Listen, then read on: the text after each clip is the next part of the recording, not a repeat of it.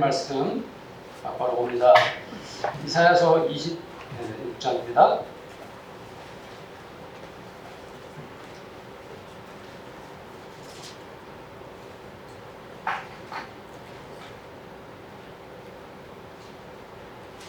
이사야서 26장 3절 4절 말씀을 함께 다 같이 한 목소리로 읽겠습니다. 주께서 심지가 견고한 자를 평강하고 통강하도록 지키시리니 이는 그가 주를 신뢰하느니라. 너희는 여호와를 영원히 신뢰하라. 주 여호와는 영원한 반석이시니라. 아멘. 16분의 성도님들 저까지 합쳐서 온라인 예배를 들으시는 성도님들 다음 주에 3분 정도 더 오셔도 됩니다. 그러니까 공진구청에서 더 이상 우리 교회가 워낙 방역 수칙을 잘 지키니까 늘 옵니까? 저 김현 선생님이 거기를 설교사하면서 늘 온다고 체킹 한다고 하는데 20명 이하 예배 드릴 수가 있습니다. 최근에 카카오와 배달의 민족 두 청업주가 자기 재산의 50%를 기부하겠다고 이렇게 약속을 하지 않았습니까? 이 카카오 기업주나 창업주나 배달의 민족 창업주는 전부 다 자수성가한 분들입니다. 소위 흑수저 같은 그런 아주 안 좋은 조건에서 시작했지만은 그 재산을 기부할 때 카카오 측은 약 5조 원 정도 될 거라고 예상을 하고 있고 또 배달의 민족 한 5천억 정도 예상을 하고 있습니다. 우리가 그런 뉴스를 들었을 때 무슨 마음이 생기죠? 우리 마음이 흐뭇할 뿐 아니라 그 기업에 대한 신뢰감이 생기는 것 같아요. 앞으로 배달시켜 먹을 때는 나도 모르게 배달의 민족 이런 생각을 하게 될 것 같은데 그러나 이런 사람들도 있죠. 그건 신뢰할 만하고 정말 잘 믿었던 그런 기업인데 나중에 알고 보니까 거기에 불법과 부정이 있었다. 이런 뉴스를 접하게 되면 우리는 또 거꾸로 실망하게 되고 배신감을 느끼죠. 전국의 맛집, 유명한 맛집이라고 전국에 다 알려진 맛집이 알고 보니까 식자재를 유통기한이 지난 것을 사용했다라고 뉴스에 나와버리면 우리가 이제 배신감을 느끼지 않습니까? 그렇게 신뢰하고 믿었던 집인데 그렇게 되면 우리의 마음에 실망감을 지울 수가 없죠. 정말 훌륭한 선수라고 생각했는데 알고 보니 학창시절에 학교 폭력에 가담했다 이런 뉴스를 접하면 그 선수를 아끼고 사랑했던 팬의 입장에서는 실망하죠.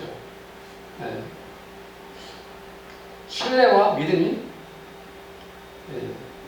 이제는 배신감으로 바뀌게 되는 것이죠. 믿음이란 과연 무엇일까 생각해 봤습니다. 이 사회에서 믿는다는 것, 그것은 무엇일까? 이 믿음의 문제는 어찌 보면은 사람과 사람끼리의 그 믿음의 문제가 먼저 시작되겠죠. 서로 믿음의 문제. 친구와 친구 사이에도 서로 믿어야 하고 또 부부도 서로 신뢰감이 있어야 하고 부모와 자식도 자연스럽게 서로 믿어야 합니다. 사업을 할 때도 당연하죠. 사업을 같이 하는 분들 입장에서는 서로 믿어야만이 사업을 잘 할 수가 있겠죠. 거꾸로 믿음이 깨지면 신뢰감이 무너지면 어떻게 됩니까? 그 사회도 그 믿음이 무너지면 그 사회가 지탱할 수가 없는 것처럼 그 가정도 가족끼리 서로 신뢰하지 못하면 결코 행복할 수가 없죠. 모든 부분에 믿음이 얼마나 중요한가 하는 것을 다시 한번 깨닫게 됩니다. 그래서 이 믿음 문제 가지고 저희 성도님들과 제가 2월달 내내 그 말씀의 은혜를 받고 싶은데요. 우리가 하나님을 믿는다 할 때도 그 믿음이 매우 중요합니다. 우리가 기도할 때 자주 사용하는 말이 뭐죠? 기도할 때 성도님들 어떻게 기도하시죠? 주여 믿습니다 라고 주로 기도하지 않습니까? 그렇죠? 주여 믿습니다 라고 기도합니다. 물론 기도의 내용은 다양할 수밖에 없고 또 기도의 어떤 시작과 끝 중간에 다 다를 수밖에 없지만 어쨌든 우리는 주여 믿습니다 라는 말을 아주 자연스럽게 잘 사용하고 있습니다. 그 주여 믿습니다 할 때 그 믿습니다고 우리가 고백할 때 그 기도가 그때 이 믿습니다 하는 것은 도대체 무엇을 믿는다는 겁니까? 주여 믿습니다. 그 주여 주님을 믿는다는 물론 말씀이죠. 주님을 믿는다는 말씀이죠, 당연히. 네. 제가 우리 성도님들에게 뭐 말씀을 막 전하다가 어느 순간에 성도님들에게 이렇게 촉구를 합니다. 여러분들 하나님께서 복을 주실 줄을 믿습니까? 하고 제가 질문을 던졌어요. 그럼 성도님들은 뭐라고 대답합니까? 주여 믿습니다. 아멘 하겠죠. 이때도 우리는 자연스럽게 주여 믿습니다라고 이렇게 말하죠. 그 주여 믿습니다라는 이 말이 우리 교회 생활 속에서 너무 자연스럽게 자주 사용되어지는 말인데 과연 그 주여 믿습니다는 이 기도의 표현이 그게 어떤 의미에서 우리가 주여 믿습니다 하고 있을까? 제가 저 자신을 돌아봐도 이 주여 믿습니다라는 이 기도 속에 반성할 게 많이 있더라고요.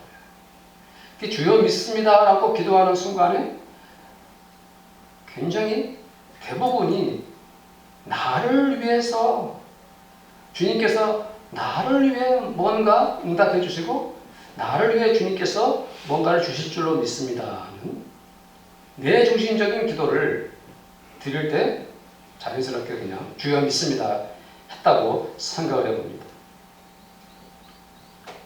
성도님들 어떠신가요? 주여 믿습니다 했을 때 어떠한 마음으로 어떠한 믿음으로 기도를 드렸습니까? 물론 우리가 주여 믿습니다 하고 기도하는 것 자체가 자연스럽고 또 잘한 일이죠. 잘못한 것이 전혀 아닙니다.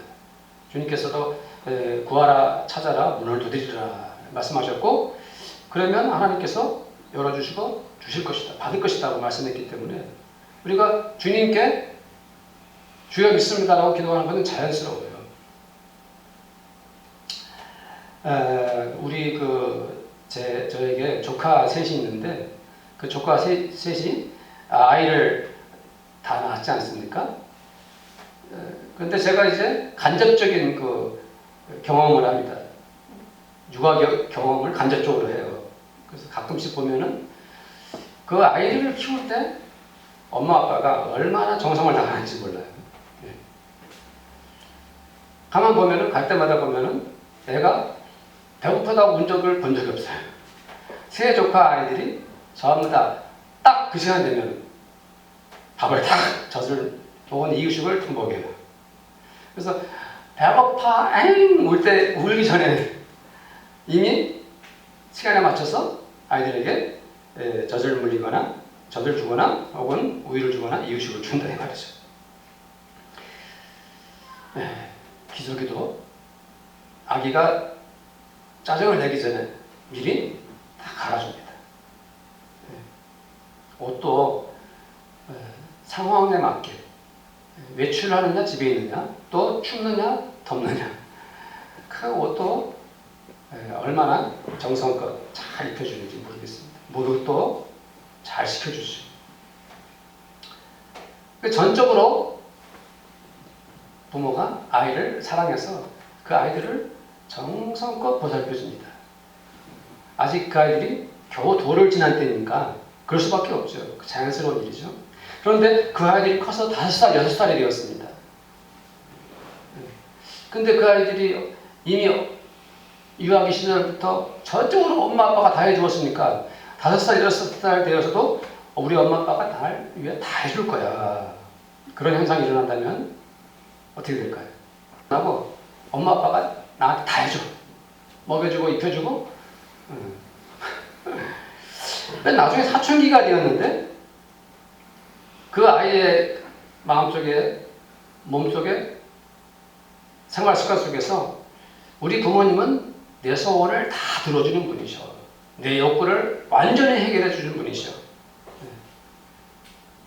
이런 사춘기가 다 되어서 학교를 다니는 아이가 그런 인식을 가지고 부모님을 대한다면 어떻겠어요? 용돈 달라는데 다 주고, 옷 사달라는데 다 사주고, 신발 사달라는데 다 사주고, 맛있는 반찬 만들어 달라면 다 만들어주고. 지금까지 내 소원 다 들어줬으니까 앞으로도 나의 모든 것을 엄마 아빠가 다 해결해 줘야 돼.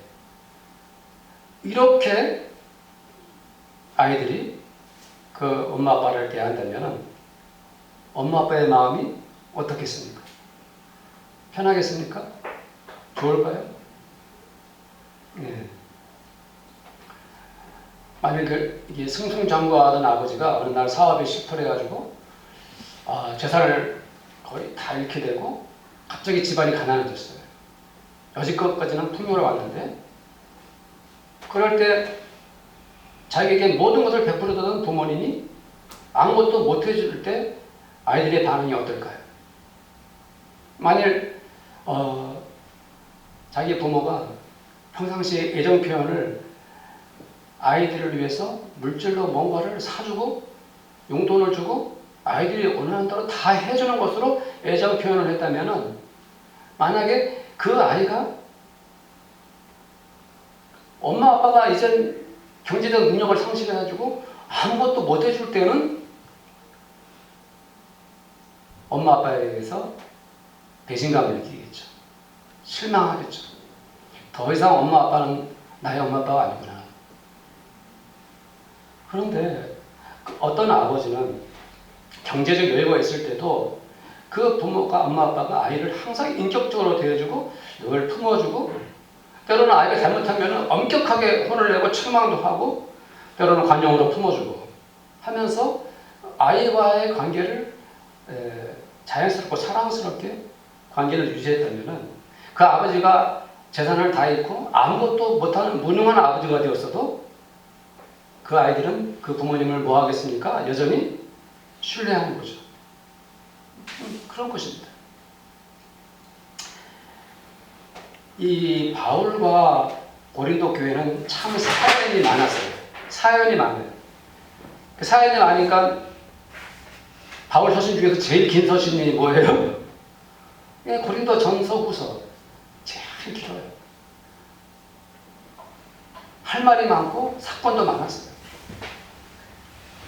그런데 이 바울과 고린도 교회는 애증관계라고 할 수가 있어요. 어떨 때는 사랑스러운 교회지만 어떨 때는 참 바울을 힘들게 하고 바울의 상처를 주었던 교회가 고린도 교회예요. 일부 교회 성도들이 아주 못되게 신앙생활을 한 것이죠. 그래서 바울이 고린도전서 3장에 보면은 그 자기 그 편지에서 그 성도들에게 그들의 믿음을 어린아이 같다라고 말을 했어요. 제가 읽어드릴게요. 고린도전서 3장 1절에 3절에 공동 번역인데 형제 여러분, 나는 여러분에게 영적인 사람을 대할 때와 같이 말할 수 없어서 육적인 사람, 곧 교인으로서는 어린아이를 대하듯이 말할 수밖에 없었습니다. 나는 여러분에게 단단한 음식을 먹이지 않고 젖을 먹였습니다. 여러분은 그때 단단한 음식을 먹을 수 없었기 때문입니다. 사실은 아직도 그것을 소화할 힘이 없습니다. 여러분은 지금도 육적인 생활을 하고 있기 때문입니다. 여러분이 서로 시기하고 다투고 있으니 여러분은 아직도 육적인 사람들이고 세속적인 인간의 생활을 하고 있는 것이 아니고 무엇이겠습니까? 바울은 고린도 성도들을 그들의 믿음을 어린아이 믿음이라고 하고 있어요. 아마 이 편지를 받은 고린도 성도들이 굉장히 기분이 상했을 것 같아요. 우리가 어떤 사람들인데 이렇게 우리를 어린아이 취급을 해? 왜냐하면 그 고린도라는 지역 자체가 특징적으로 경제적으로 풍요로운 도시였어요. 뿐만 아니라 거기 고린도 교회 그 전후서를 보면은 거기에 지식인들이 많았어요. 그리고 이제 신학적으로 따져보면은 그 당시에 헬라 철학이 고린도 지역에 유행했는데 아주 달변가들, 웅변가들이 많았어요. 고린도 교회도 그런 사람들이 많았죠. 그리고 뭐 은사도 많이 받았던 것 같아요. 독특해요. 다른 서신에는 없는 각종 은사에 대해서 바울이 다 설명을 하면서 아주 구체적으로 말하고 있지 않습니까? 그 이유는 무엇입니까? 고린도 교회 사람들이 은사를 많이 받았다는 거죠. 그런데 그 교회가 바울파, 바울로파, 아볼로파, 아볼로파 이렇게 해서 서로 다투고 싸우고 있었어요. 사도들은 고난 가운데 힘들게 살아도 사치스럽고 호화스러운 생활을 누렸어요. 그러면서 자기들끼리 싸우는 거예요. 바울은 그들에게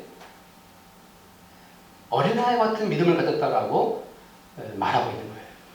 외적으로는 성공한 사람들이었고 분명히 세상적으로 보면은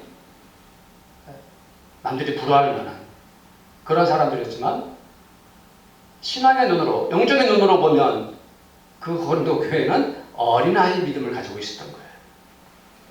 그 수준이 그랬던 것입니다. 바울이 그래서 이 고린도전서 13장 사랑장인데 그 고린도전서 13장 11절에 보면 이런 말씀이 있지 않습니까?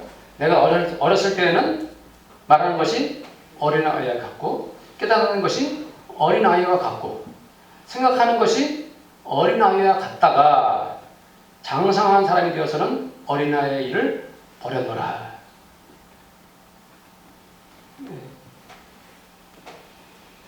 그것은 바울이 고린도 교회 성도들에게 어린아이의 신앙에서 벗어나라고 말씀하고 있는 거죠. 어린아이. 더 이상 설명할 필요가 없죠. 극히 자기중심적입니다. 늘상 달라고만 하는 거죠. 베풀어주기만 바라는 것이죠. 전적으로 나를 위해서 아이는 존재해요. 그래서 이 어린아이 믿음을 가지고 있으면 항상 달라고만 하는 거예요. 안타깝죠. 저는 마태복음, 마가복음, 누가복음, 요한복음, 요한복음, 사복음서를 볼 때마다 거기서 2000년 전에 그 이스라엘로 예루살렘으로 돌아가는 느낌이에요. 갈릴리도 갔다가 나사렛에도 갔다가 베들레헴도 갔다가 광야에도 갔다가 그 지역과 여러 사람들을 만나는데 거기에 누가 등장하십니까? 예수님 등장하시죠. 그때 우리는 그 사복음서 말씀을 보면서 예수님을 친히 만나는 경험을 하는 거죠. 사랑하는 성도님들, 왜 우리가 역사적 예수님을 믿습니까? 예수님 그분 자체가 우리에게 무한한 은혜를 이미 뭐 하셨습니까? 주셨죠. 주님은 우리에게 끝없이 사랑을 베풀어 주시지 않습니까?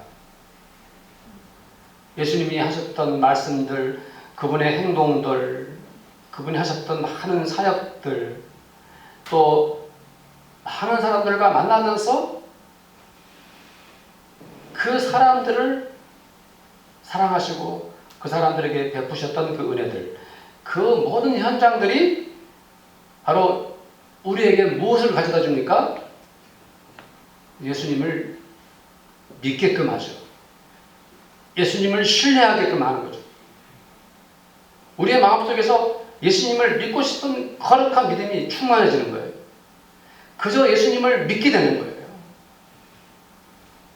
그 예수님의 사랑과 은혜와 성품과 그분의 행하신 일들, 그 모든 것이 있기 때문에 우리가 자연스럽게 예수님을 뭐합니까? 믿게 되죠. 전적으로 주님을 신뢰하게 되는 것입니다.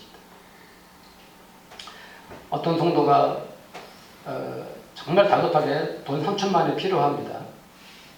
그러면 3천만 원이 필요하니까 어디서 돈을 얻어야 되는데 당장 어디서 얻기가 힘들어요. 그럼 먼저 하나님께 뭐 해야 됩니까? 기도해야 되죠. 기도합니다. 간절히 기도합니다. 지금 이거 3천만 원 없으면요, 이 저 사업 망할 수도 있거든요. 3천만 원 꼭 해주세요. 기도합니다. 그때 그 기도 속에 우리의 무엇이 따라옵니까? 자연스럽게 믿음이 따라오죠. 믿음. 기도 속에 무엇이 따라와요? 믿음. 주여 믿습니다. 3천만 원 저에게 베풀어 주옵소서. 그러면 이렇게 간절히 기도했으면 하나님께서 3천만 원을 주셔야 되잖아요. 그 응답을 받을 수도 있고, 그런데 기도했지만 끝내 하나님께서 3천만 원을 안 주셨어요. 그러니까 응답을 못 받은 거죠. 우리 성도님들이 현실적으로 그런 문제에 부딪혔다면은 어떻게 믿음을 가져야겠습니까? 물론 실망하죠. 마음에 상처가 받고, 하나님 저희 간절한 기도를 왜 안 들어주셨어요? 이러면서. 그러나 우리가 주님을 신뢰하고 주님을 믿습니다 할 때 그 믿음은 우리의 기도의 응답 이상의 것에 믿음이 되어야 되는 거예요. 내가 기도해서 응답 받았기 때문에 주님 믿습니다. 감사합니다. 이것도 귀하고 소중한 믿음이지만, 기도했지만 주님께서 응답하지 않으셔도 저는 여전히 주님을 신뢰합니다 하는 그 믿음. 좀 어렵죠. 사실 좀 고민 많이 했어요. 이 설교를 해야 되나 말해야 되나. 고민을 많이 했어요. 이제 어려운 내용이 어렵다는 것이 아니라 이 믿음을 갖는 것 자체가 어려운 말씀입니다. 마태복음 6장에 보면 예수님께서 공중의 새를 보라 하시면서 하나님 아버지께서 공중의 새를 뭐 하신다 그랬습니까? 길러주신다 그랬어요. 또 들의 백합화를 봐라. 어떻게 자라는지 생각해봐라. 그러면서 주님께서 뭐라 말씀하셨습니까? 오늘 있다가 내일 아궁이에 던져지는 들불도 하나님께서 뭐 하신다고 그랬어요? 입히신다. 그러면서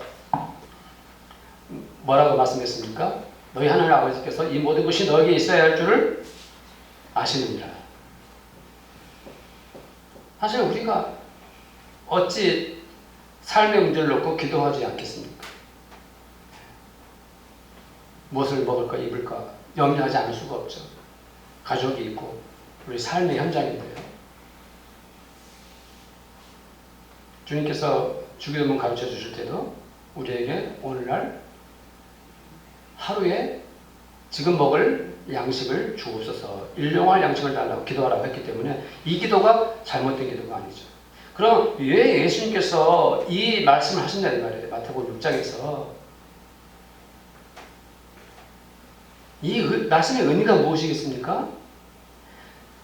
전능하신 하나님, 창조주 하나님을 전적으로 의지하라. 전적으로 하나님을 신뢰하라 이 말씀. 비록 염려가 되고 걱정이 되고 너의 문제가 많고 기도해야 할 것 많지만 전적으로 하나님만을 신뢰해라. 야곱의 아들 중에 요셉을 잘 알고 있지 않습니까? 요셉의 인생을 우리가 잘 알고 있죠.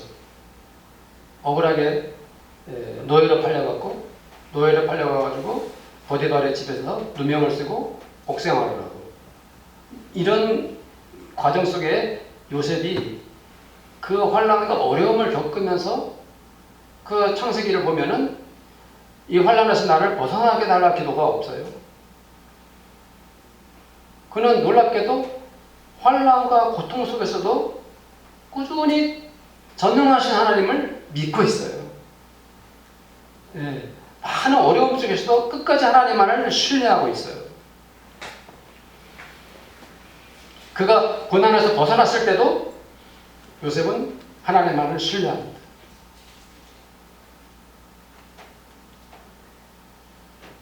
바울이 쓴 옥중의 서신을 자세히 보면은 그 바울이 쓴 그 편지들의 그 말씀의 내용들이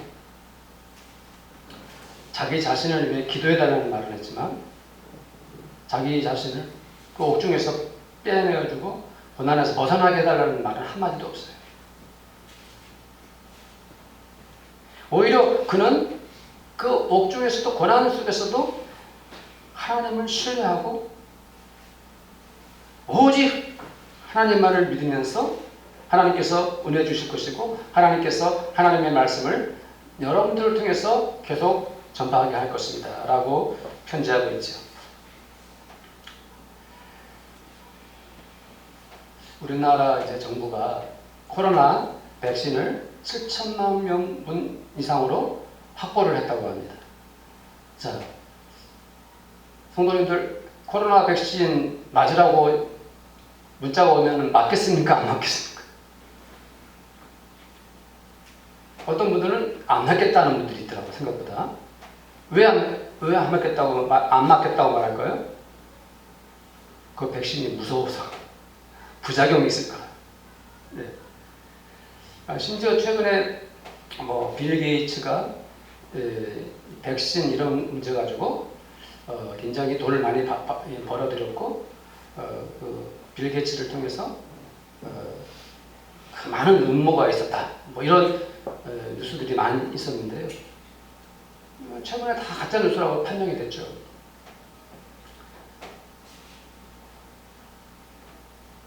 독감 백신은 맞아요, 안 맞아요? 독감 백신을 안 맞겠다는 분은 안 계시죠?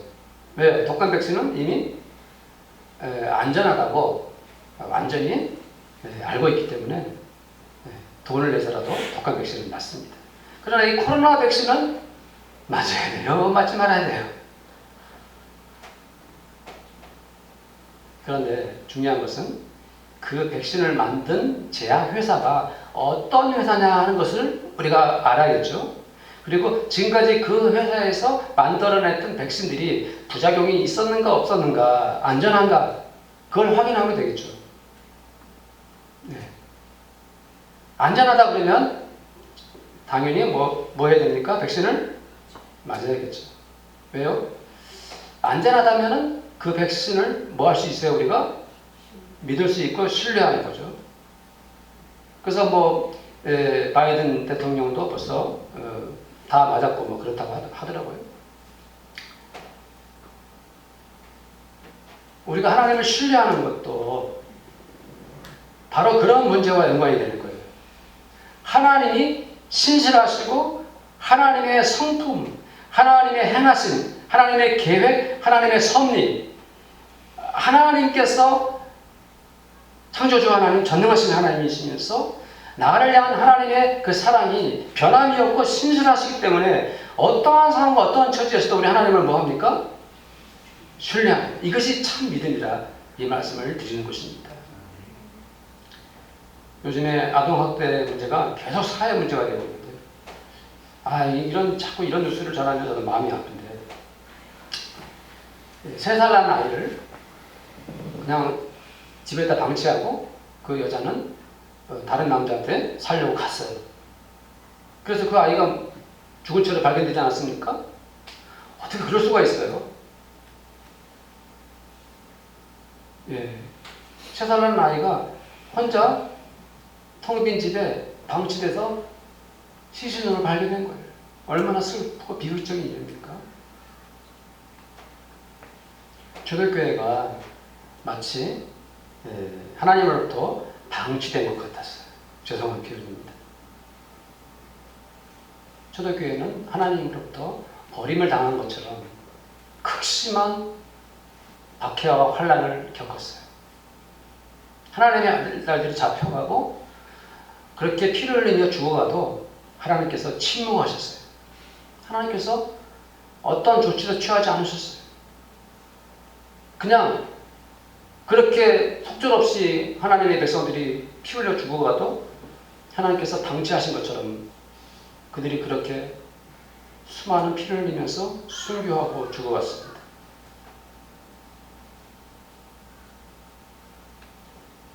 그렇게 초대교회 성도들의 현실이 고통스럽고 힘들고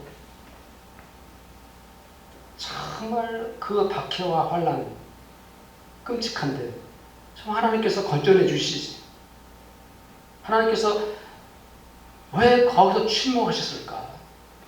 왜 하나님은 그렇게 죽어가는 성도들을 그냥 놔두셨을까? 바울은 로마서 8장 35절에 37절에 말하고 있습니다. 누가 우리를 그리스도의 사랑에서 끊으리요? 환난이나 공고나 박해나 기근이나 적신이나 위험이나 칼이리요. 기록된 바 우리가 종일 주를 위하여 죽임을 당하게 되며 당할 양같이 여김을 받았나이다 함과 같으니라. 그러나 이 모든 일에 우리를 사랑하시는 이를 말미암아 우리가 넉넉히 이기느니라. 바울은 왜 이렇게 말했을까요?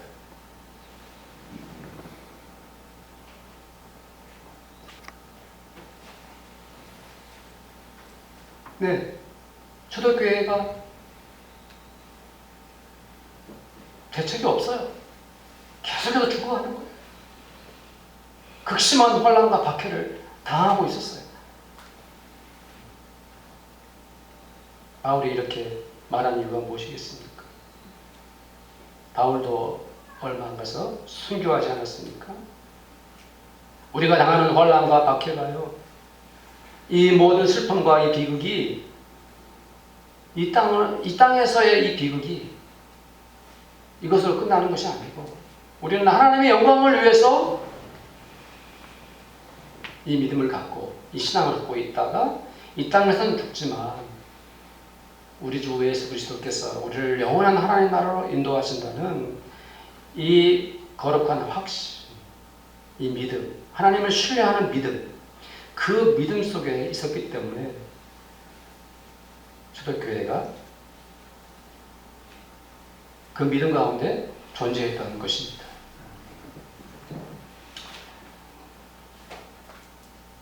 사랑하는 성도님들, 오늘 말씀 3절 4절 말씀을 한번 함께 들어가겠습니다. 시작. 주께서 신지가 경고한 자를 평강하고 평강하도록 지키시니라.